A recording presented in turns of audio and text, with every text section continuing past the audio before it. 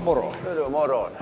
Mitäs jätkä tässä, onko reisi vielä kipeä vai? Joo, se on vanha, 20 vuotta vanha vamma. 20 vuotta ja nyt kuitenkin äsken se ärtyi uudestaan sitten, eikö näin? Joo, mä kävin kokeilemaan luulettavan nuori poika tämän treenin ansiosta, niin mä tunnen itseäni nuoreksi, niin piti käydä kokeilemassa vähän korkeushyppyä ja taas kipeytyi.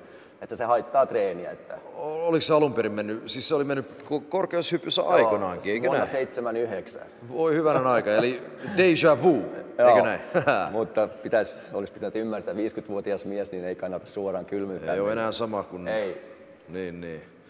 Mutta kuule, hei, mä oon tässä itse asiassa juuri sun tähän kyseiseen vammaan nyt tuonut hitusen apuakin, että... Hyvä. Tässä olisi nimittäin tämmöisiä kylmätuotteita, kylmägeliä. Heität tuon pakastimeen ja sitten lyöt sen siihen takareiteen. Katos, Ice Power, se on kyllä tuttu. Joo, kyllä. Ja tässä on sitten, jos olet vaikka salilla, jos tapahtuu jotain semmoista äkillistä, niin ei muuta kuin ton rikot vaan äkkiä ja sitten toimii ihan samalla tavalla. Katos, hienoa. Ja sitten niin kuin vielä sen lisäksi, niin nimittäin tässä on näitä Ice Power geelejä, että kun olet ensin jäällä kylmittänyt sen lihaksen, niin sen jälkeen sido se kylmä sisään tällä geelillä. Katos. Eli se toimii ihan tällä periaatteella. Hienoa. Eli otapas tosta tuokin vielä. Geelin sijaan voit käyttää myös ruisketta tai sprayta. Sprayta. Niin, kyllä. Kyllä.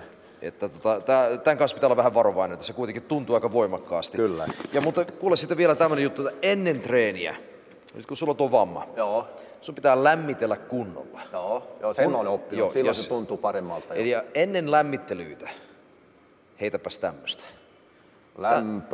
Se on niinku hot power. Se on vähän niinku ice power, mutta kuitenkin niinku hot. Hienoa. Eli kuule, mä jätän nyt nämä loputkin sulle tähän nyt. Voit ihmetellä ja pällistellä maailman menoa siinä ja ei muuta kuin kuule tsemppiä tästä eteenpäin, niin me palataan asiaan. Hyvä. Tämä oli Kiitos. hyvä apu. Moi.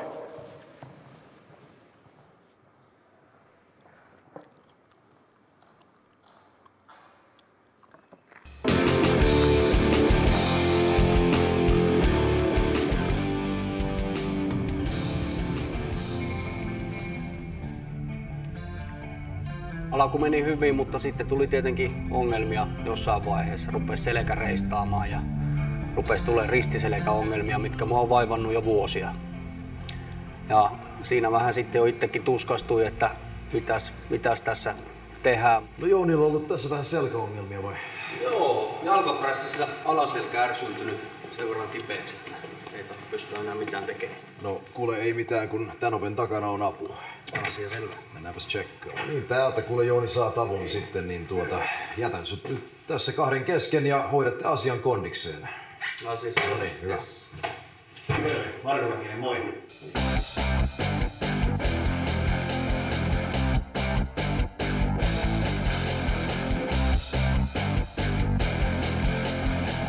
Onneksi löytyi hyviä alan ammattilaisia, ketkä osaa sitten korjata selän kuntoon, että Mäkisen Marko Kokkola Medirexistä laittoi sen kuntoon.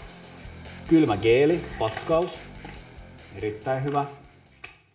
Hyvä ensiapu siihen akuuttiin vammaan. Käytä sitä kylmää. Sä voit pitää sitä 10-20 minuuttia kerralla paikallaan siellä, missä kipualue on.